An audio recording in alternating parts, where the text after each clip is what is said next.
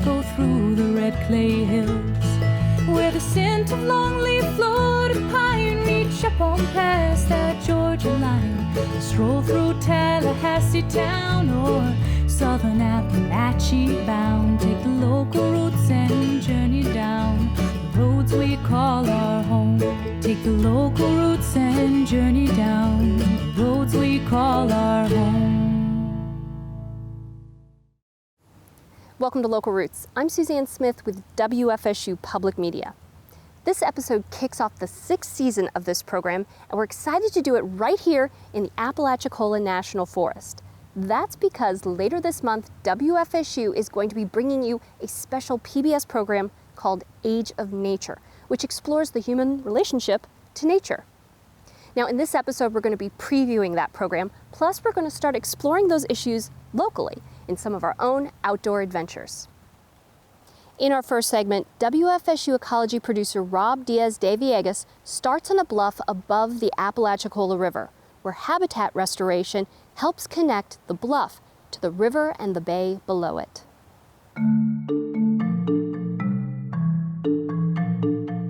The Apalachicola Bluffs and Ravines are like no other place in Florida.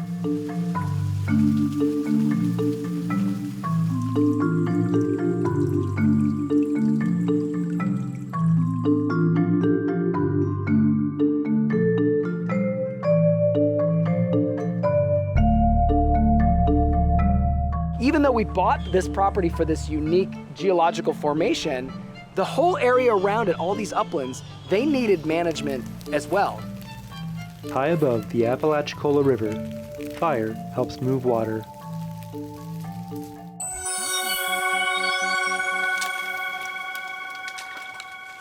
I wouldn't disturb the needle palm too much. So this is a needle palm.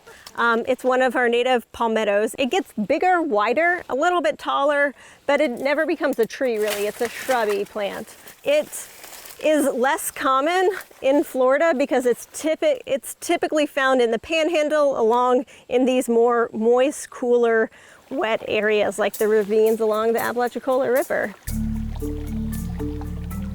The Apalachicola Bluffs and Ravines, very unique system, one of the 5 biological hotspots in North America.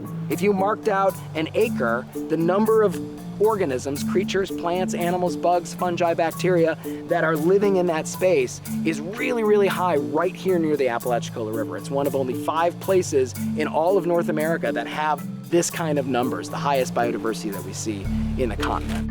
A major reason for the diversity here is a unique geology. This region sits on an ancient shoreline called the Cody Escarpment. Dunes from long-gone beaches have become sandhills 150 feet deep. Carved into these sandhills are steep-head ravines. We are here actually at an ecotone. An ecotone is where 2 different ecosystems come together. And this is the ecotone between the uplands and our steep-head ravines or slope forests.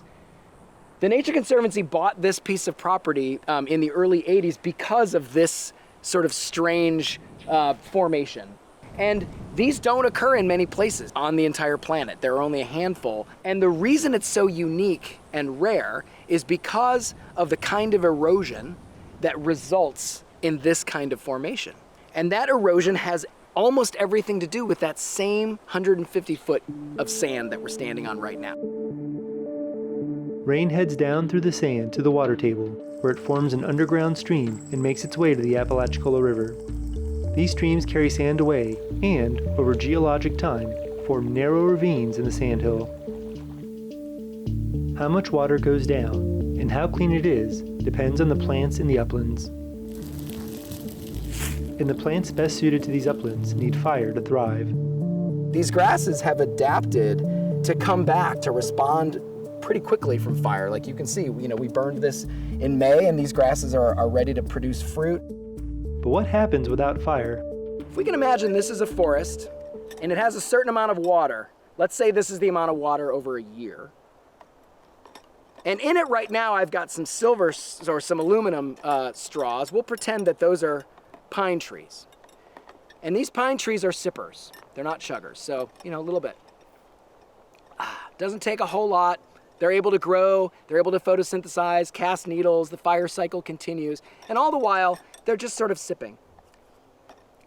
But here in the understory, we have a variety of native hardwood trees, oaks, other species, that when they're burned every 2 to 3 years, they stay relatively small and they have relatively small sized stems. But would fire be taken away in maybe only 10, 15 years, these trees would grow up and start really chugging the water.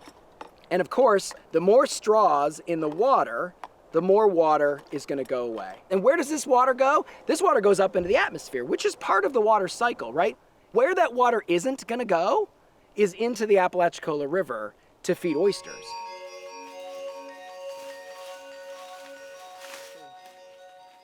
You know, thinking about the water that started as rain, hitting that upland sand, percolating down, we just walked down that 150 feet, and coming out of the head of the steep head as a slurried lake of soil and water mixed, finding the path of least resistance, and all funneling out and creating this stream. Stream dumps into the Apalachicola River, carrying sand and nutrients and things from the upland.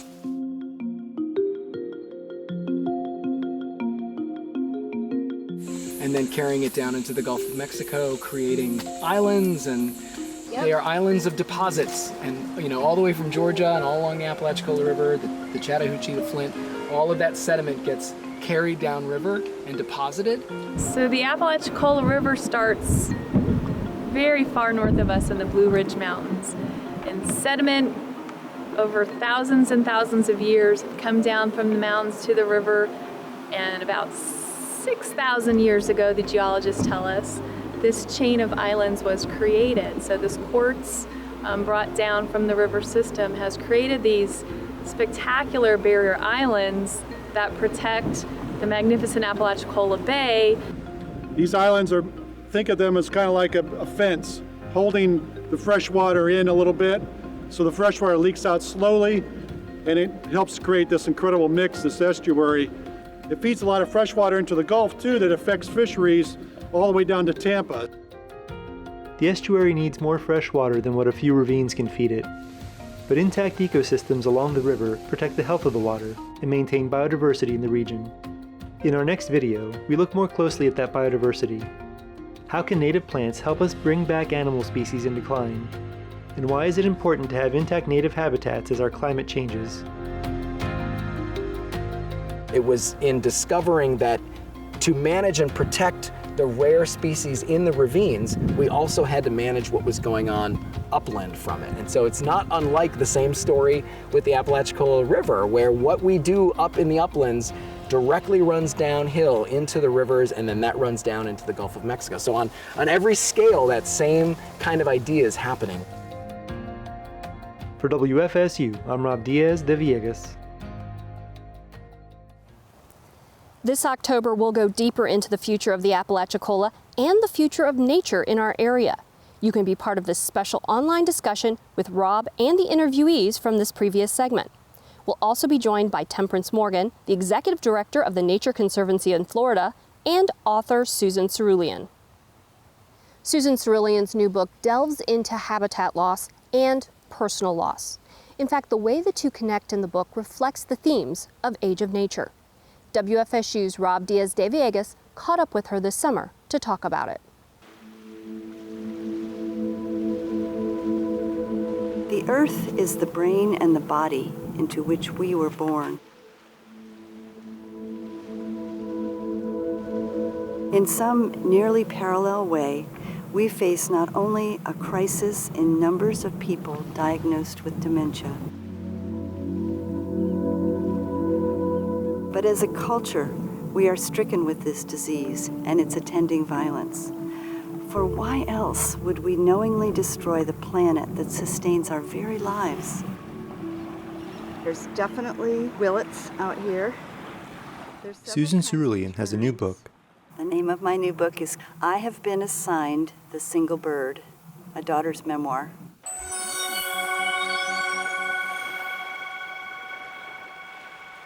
The name came through intuition. At the time, I was doing two things. I was taking care of my father, who had moved to Tallahassee because he had mid-stage dementia. And I was also volunteering as a steward of shorebirds on a little spoil island off of Apalachicola. On that island, there were only a few birds nesting, and I had my one dad, so it just developed into a lot of thinking about those two things. Both of them were sort of meditative and required me to spend a lot of time sitting and observing and just being with, and not necessarily being able to fix anything for either one. But my assignment was to stay the course and care for them as best I could, both of them. Two single birds, each afflicted by a different kind of dementia. As her father struggled with the decline of brain and body, Susan began to realize how shorebirds and shorebird habitat faced their own decline. You can't see the losses out here right now. It looks pretty pristine. It's like, wow, yay, there's 7 oyster catchers. The least terns are feeding, and we saw a black skimmer. There's 2 godwits, and that's all great. But these birds, these shorebirds, since 1970, have lost 70% of their numbers. And if somebody's not watching and reporting back to the rest of us, then we don't see it. Just like, and I felt the same way in the nursing home with my dad. You know, we tend to think of people with dementia as something to kind of give up on, in a sense. By sitting with him in the same way that we're sitting with the shorebirds, I could see, yes, the losses, but also how much of him was still there. Here at Bald Point State Park, we can likewise see that there are still places for shorebirds to thrive. That's the problem for shorebirds. That's why shorebirds and seabirds, like the terns, that's why they're so at risk right now, because they require beaches like this and oyster bars to nest on. This would be a good place for an oyster catcher to nest if there weren't people coming down the beach. They need to have space to kind of see what's coming and drive it off if they can. And that's why a little island is good, because the mid-sized mammals have a harder time swimming out there to get the eggs. They need a healthy bay. They need a healthy estuary that has these kinds of oyster reefs that we're looking at, and all the little invertebrates that live in those oyster reefs. And clean water. So they kind of need the same things we do. They definitely do. Regarding my dad, he had been in a nursing home in New Jersey. And I felt like if he was just closer by, and I know lots of people can relate to this, that I could take care of his needs. I took him to a gerontologist. We got some dental work done. I found some caregivers that he really loved. And then, what was there to do? I kind of sat back and looked at things and said, he's not getting better. No matter what we all do, the course of this disease has an end point, and it's death.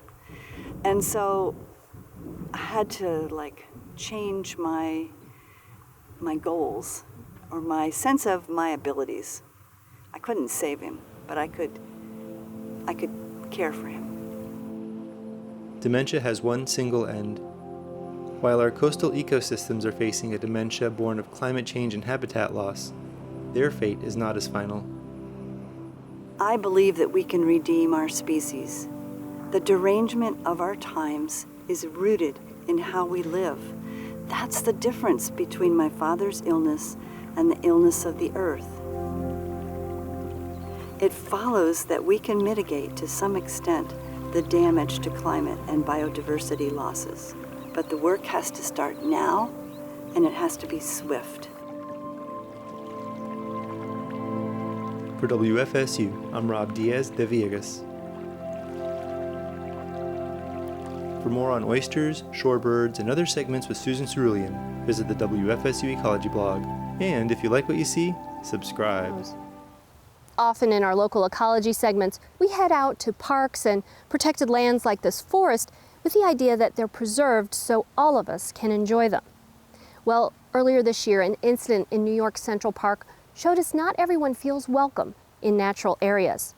WFSU's Rob Diaz de Villegas headed to Lake Jackson for a local perspective. I'm just frustrated by those who make me feel excluded. I'm very frustrated by those who make me feel excluded. Because it's real. People who try to take enjoying nature away from us just because of that. Please stop. Sorry, I'm asking you to stop. Please don't come close to me. Dara Wilson is a black birder like Chris Cooper. Please take your phone off. Please don't come close to me. I'm taking pictures of calling the cops. Please call the cops. Please call the cops. I'm going to tell them there's an African-American man threatening my life. Please tell them whatever you like. Chris Cooper took this now viral video on Memorial Day. Excuse me? He had been birding in Central Park when he asked this woman to leash her dog, per the park's rules. When she started threatening him, he started recording her. There is an African-American man. I am in Central Park. He is recording me and threatening myself and my dog. And my... I'm sorry, I can't hear breathing. I'm being threatened by a man in the ramble. Please send the cops immediately. I'm in Central Park in the ramble. I don't know. Thank you. In the aftermath of this video, Black nature lovers and STEM professionals came forward in a major way to share their stories. Today, Dara's sharing hers. It's a red-winged blackbird. There are egrets in the distance. Dara's taking us birding on Lake Jackson, near her home.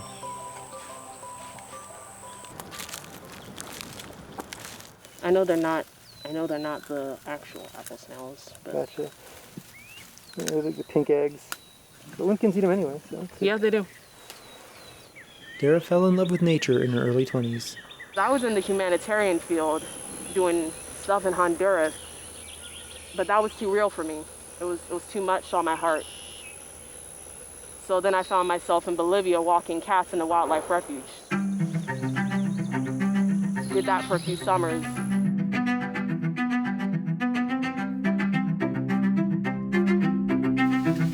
Ended up in the Republic of Panama immediately after I graduated college, working on amphibian conservation communications.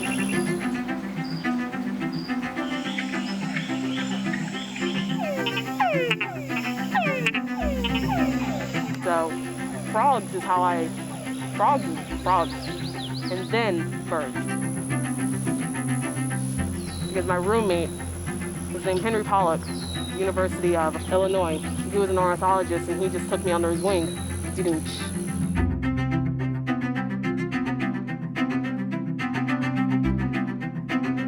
just fostered that appreciation and that love. Took me bird banding, all of that.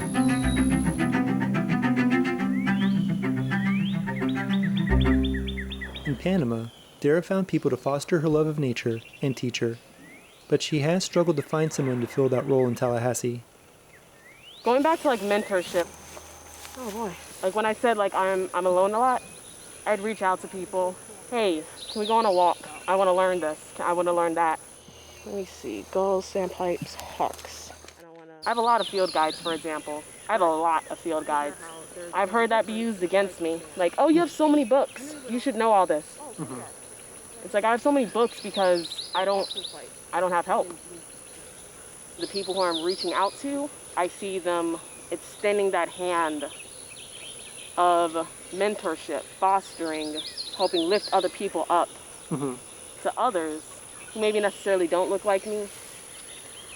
It feels like a slap in the face. I'm frustrated by people who need to be speaking up more, actually, to be honest.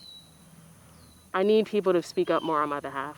If I'm being bullied and a friend is standing next to me and they see me being bullied, they're not my friend if they see it happening and they just let it happen. What's back in the box? Lake Jackson has no shortage of flora and fauna for us to enjoy. But many people of color don't have easy access to this kind of outdoor space. The idea of access, when we talk about spaces, and public spaces and who's allowed where or who feels comfortable where. Where can we go? What is immediately accessible to us? Like, I'm incredibly privileged to be in like this spot right here, this space, like this very beautiful space. Not everybody has access to spaces. For many people, Tallahassee city parks are an important source of outdoor recreation. One urban park, built around a retention pond, has become a wildlife hotspot. I'm super proud of our local Appalachia chapter of Audubon Society. I'm super proud of all the work that our chapter has done at Lake Alberta, and I say we because I sit on our local chapter board. What was it, erected a purple martin housing?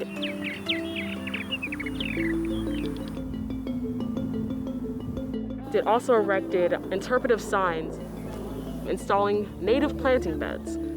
It just shows an amount of care that I haven't seen in other programs that makes me, as a Black outdoor enthusiast, it makes me legitimately proud.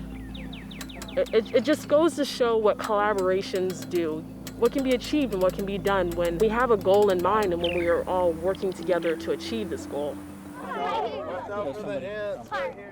I feel hopeful. I feel hopeful. For WFSU, I'm Rob Diaz de Villegas. Here's a sneak preview of the first Age of Nature episode. As in our own local Age of Nature story, we see how a river connects to the lands around it. On the Age of Nature, Awakening. Discover our changing relationship with nature. How the lessons of the past and nature's amazing ability to recover are unlocking a bright new future. When given time, nature can come back.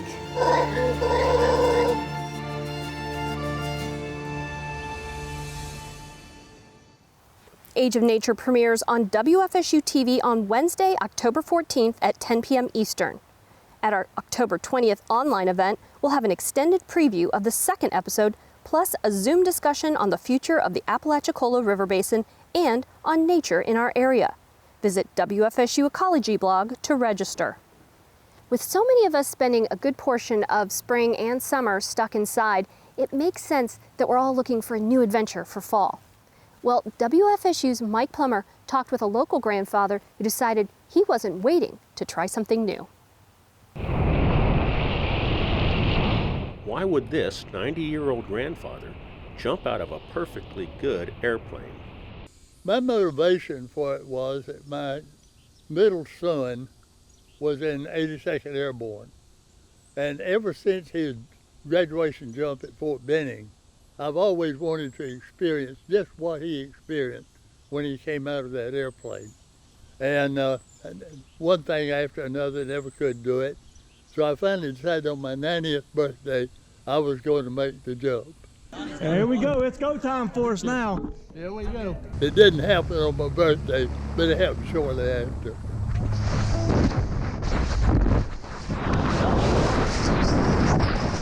I was really thinking that I would be afraid, but I had no fear. It never entered at all.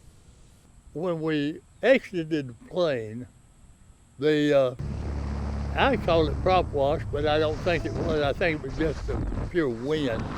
Was surprising. It was real heavy. It just turned you flip. We just came out just turning over and over and over was my impression.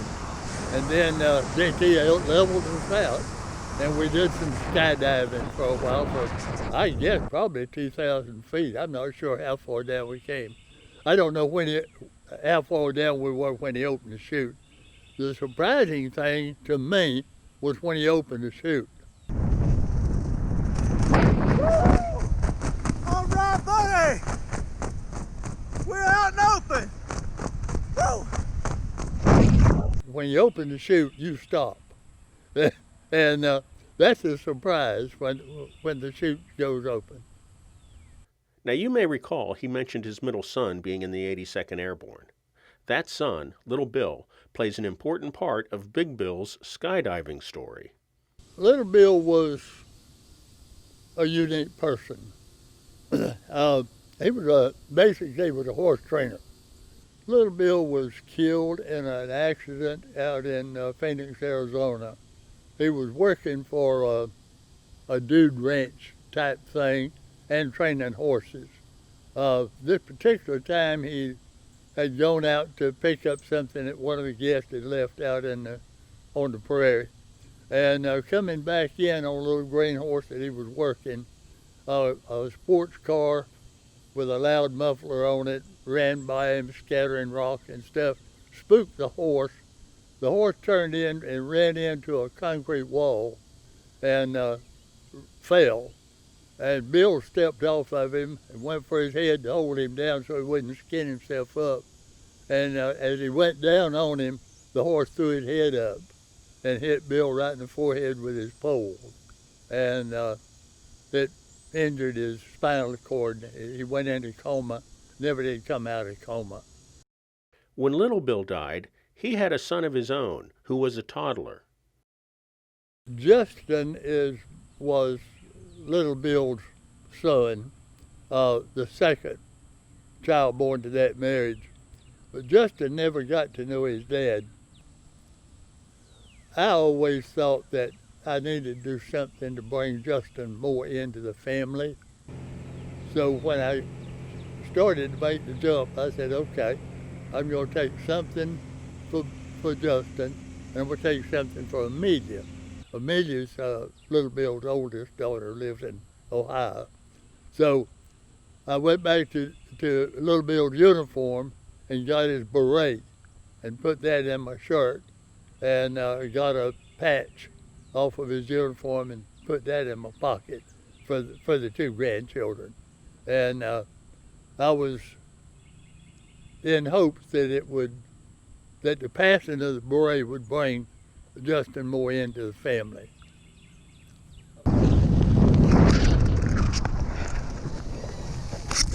All right. Look at that. Woo! We made it. We made it, buddy. Yes, we did. Woo. All right, sit on up.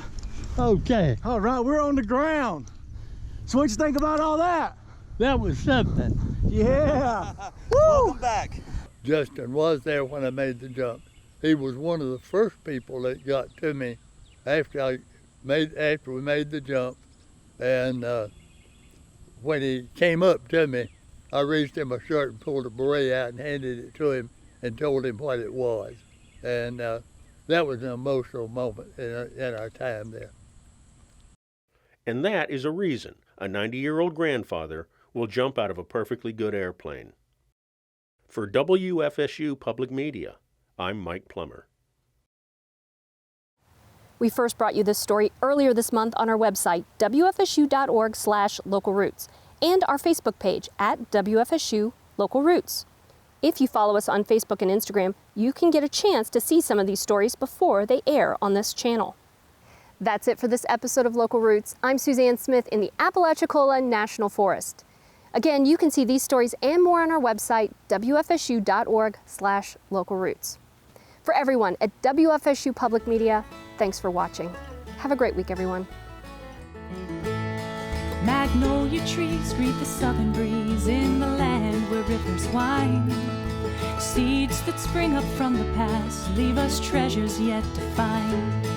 Where our children play along the land our fathers build with honest hands. Take a moment now and look around the paradise we have found. Take the local roots and journey down